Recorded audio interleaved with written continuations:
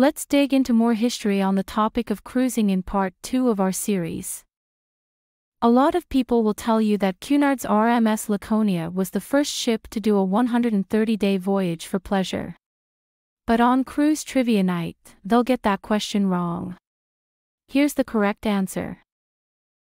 John Clark was a British shipbroker with a love for exotic destinations, leisure travel, and shipping.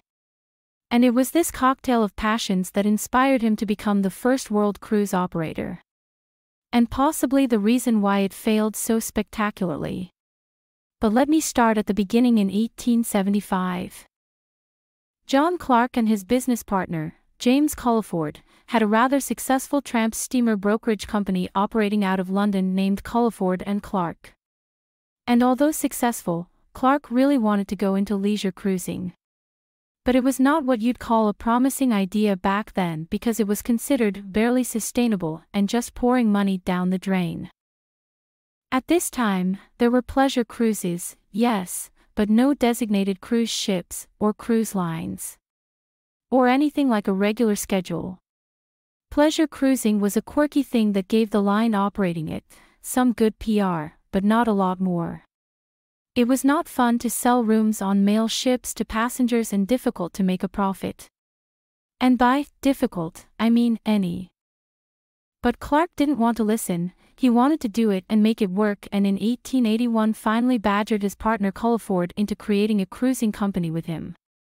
In 1881, John Clark bought a ship from the Peninsular and Oriental Steam Navigation Company named the SS Ceylon for £9,235.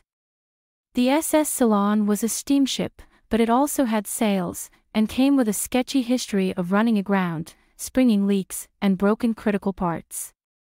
John Clark and James Culliford did a lot of work to convert it into the first around-the-world pleasure cruise ship. They planned an 8-month pleasure cruise around the world commencing on October 15, 1881.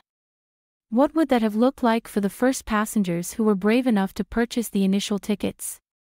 And how long could Clark and Culliford keep this new and unique way of sea travel going?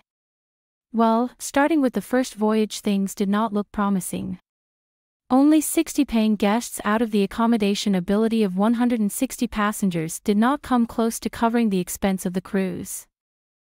Some people thought that Clark and Culliford were a bit ambitious, and the world was not ready for this type of adventure. Sea travel still had the reputation of being risky during that time, and there was not the clientele to support John Clark's dream. They tried offering shorter cruises, but that didn't work either. In 1885, the SS Ceylon was sold in liquidation, and John Clark and James Culliford went on to do other ventures with great success. However, we will always be grateful for their willingness to be visionaries in cruising. Thanks for watching. Please hit that like button and subscribe to our channel. Until next time, happy cruising.